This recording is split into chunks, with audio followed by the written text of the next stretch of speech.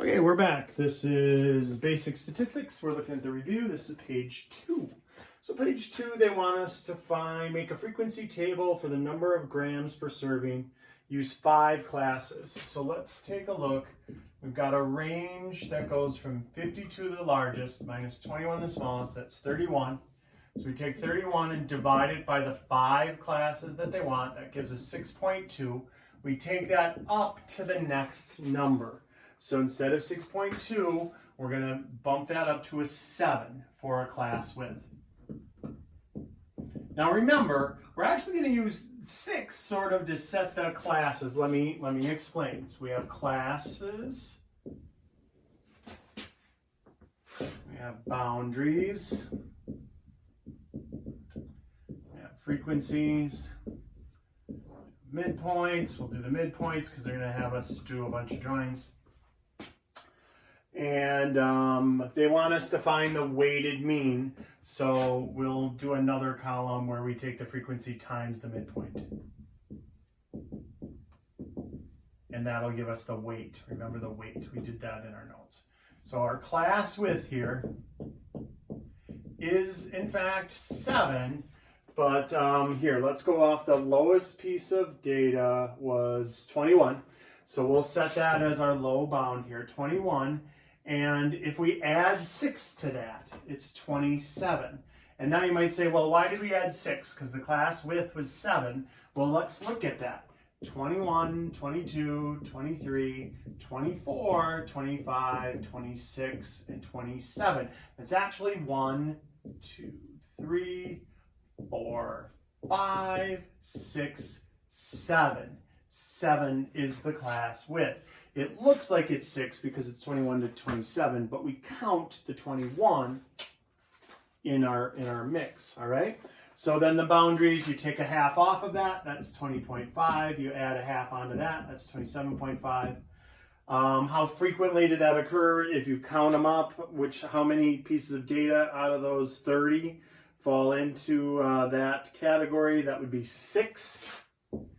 The midpoint of this, the midpoint is 1, 2, 3, the 4th piece of data. That's 24. And then this is to find the weighted mean. That's actually the next problem, is find the weighted mean.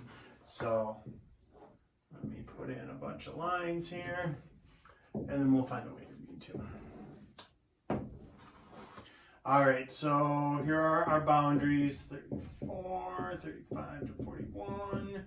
42 to 48, and 49 to 55. And I think on the test it's less data. So there aren't 30 pieces of data on the test. All right. The boundaries then, 27.5 to 34.5, 34.5 to 41.5, 41.5 to 48.5, 48.5 to 55.5. All right. And then as you go through, 9 of them fell into this category, 5 pieces of data fell into that category, 7, and then 3. Always double check with the total, so add that up, 10, 15, and 15 is 30. So the total is 30, just like that. We were given 30 pieces of data. The midpoints here, now this is 24. Now we don't have to go 28, 29, 30, 31, 32, 33, 34, and keep finding the middle like that. You could just do this and say, okay, look, 21 to 24, that was 3. If I do 24 minus 21, it gives me 3. And now if I just go to the lower bound of each one of those and tack on a 3, that's 31, that's 38, that's 45, and that's 52. And so that's a quick way of finding the midpoint. So you're not sitting there doing this 5 times. All right, now we multiply those out. That gives this a weight of 144, this a weight of 279, this weight of 190, 315, and 156. So we're pretending to find the weighted mean, number 11, it says find the weighted mean. We're pretending like we don't have the raw data. We actually do have the raw data on the review. And you'll have it on the test, but we're pretending like you don't have it. And so this is an estimate, remember. We multiplied the frequency times the midpoint. So we pretended there were 6 pieces of information that were exactly 24, 9 that were exactly 31, 5 that were exactly 38. and so on. And so when we do that, the weighted mean is going to equal 1084 divided by 30, and that gives us 36.13 repeating, and so that's going to be round to hundredths, 36.13. All right. On the test, if you have to round, it'll tell you round. All right. So that's the weighted mean, and now let's do number 12.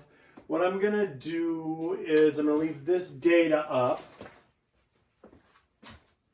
We're just going to erase number 11. So the weighted mean was adding all of these together. That's where we got the 1084. So that's where the 10,084 came from. N is equal to 30. Divide that by that. That's your weighted mean, 36.13. So I think in later problems, they're going to have us actually find the mean with the raw data. And we'll take a look and see how close it shakes out to 36.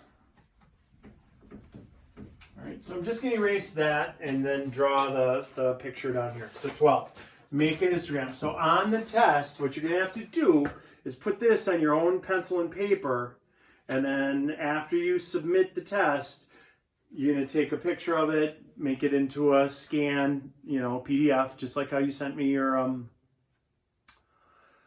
syllabus receipts, and then you're going to attach it in Blackboard. And I'll also make up a video before the test. I'll post a video on Tuesday or Wednesday about how to do that, how to post it to Blackboard. I'll show you how to take the test, all right? So here, let's take a look.